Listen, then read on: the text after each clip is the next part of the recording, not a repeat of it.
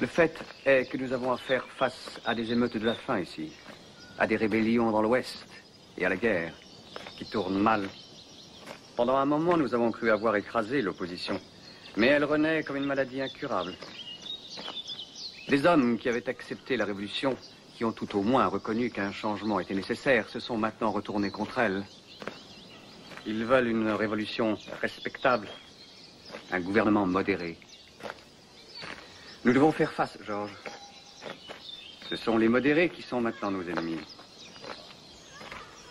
Nous y ferons face. Le tout est de savoir comment. Temps exceptionnel, mesure exceptionnelle. Dans une situation de péril, le processus légal ordinaire n'a plus sa place. Personne n'a un plus grand respect de la loi que moi, comme tu le sais bien. Mais si la loi cesse d'accomplir ce pourquoi elle a été créée... Une justice sommaire. C'est ça que tu veux. Ce que je veux, c'est un nouveau tribunal révolutionnaire. On nous traite déjà de dictateurs. Ils en profiteront pour en rajouter. Nous n'avons plus le choix. Le propos de cette loi est clair, citoyens. Nous connaissons nos ennemis. Ceux parmi nous qui continuent à souhaiter que nous perdions ces guerres. Mais ils ne se moqueront plus longtemps de nous, en proclamant que nous ne pouvons pas prouver leur trahison. C'est simple.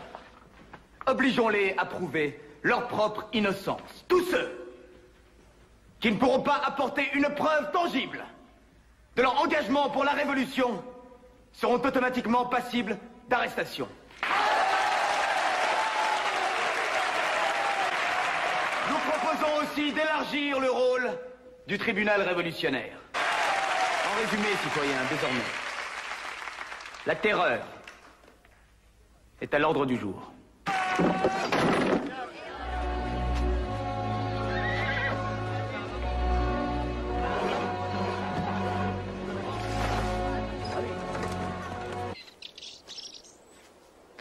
On ne peut pas lui parler. Il est isolé de tous, sauf de ses amis du comité. Il voit des ennemis partout. La situation est démente et elle empire. Le comité aurait-il peur de cet homme? C'est intolérable!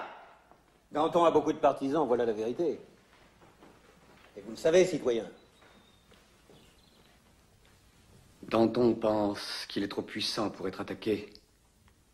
Et si nous sommes maladroits, il aura raison. J'accepte la volonté du comité.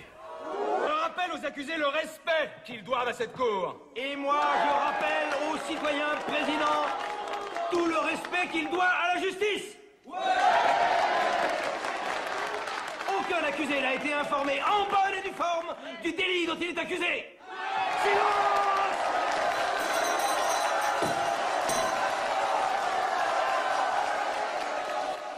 Vous êtes accusé, Danton, d'avoir été payé par les conspirateurs les plus fanatiques contre la liberté.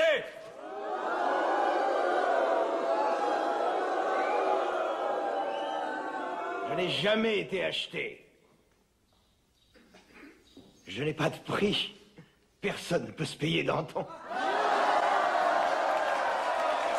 Et je défie mes accusateurs d'apporter la preuve que l'on ne m'ait jamais payé.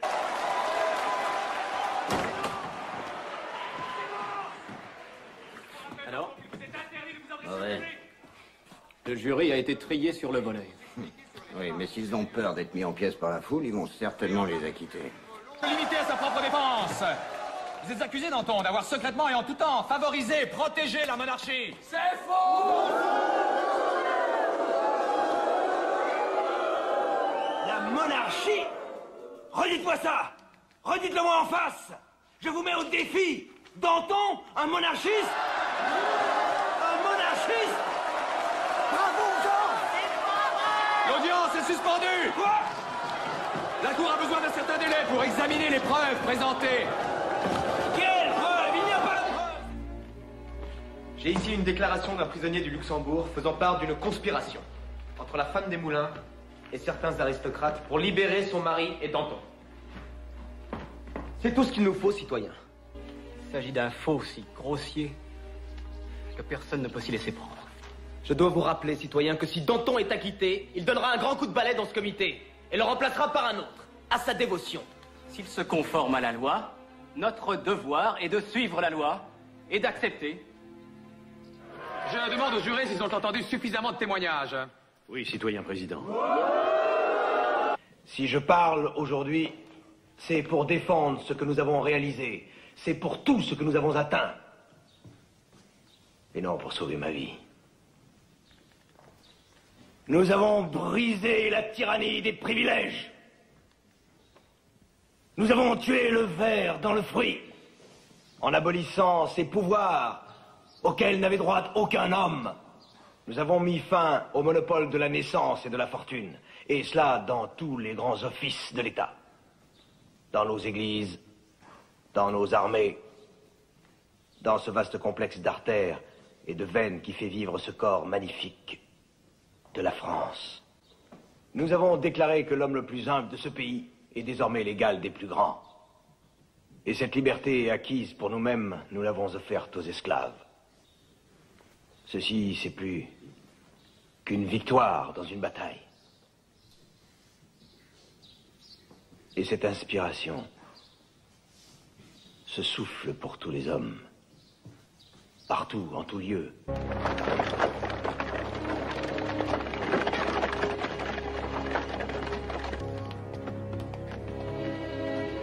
Plus de personnes pendant ces 2 derniers mois que pendant ces 2 dernières années. Moi, j'ai exécuté. Oui, vous.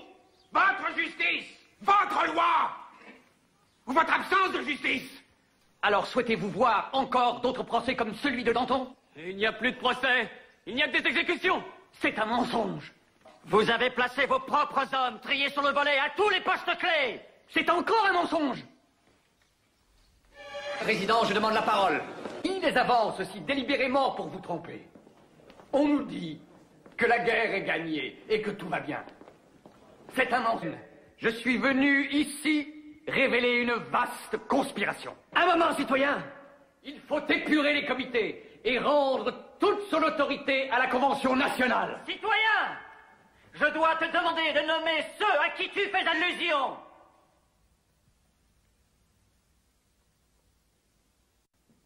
Ce n'est pas le moment. Ce discours incrimine nos 2 comités et des membres de cette convention. Robespierre doit nommer ceux qui l'accusent. Des noms. Oui, des noms. Des noms. Donne-nous les noms. Ils se sont réfugiés à l'hôtel de ville. La commune de Paris se déclare en révolte contre nous.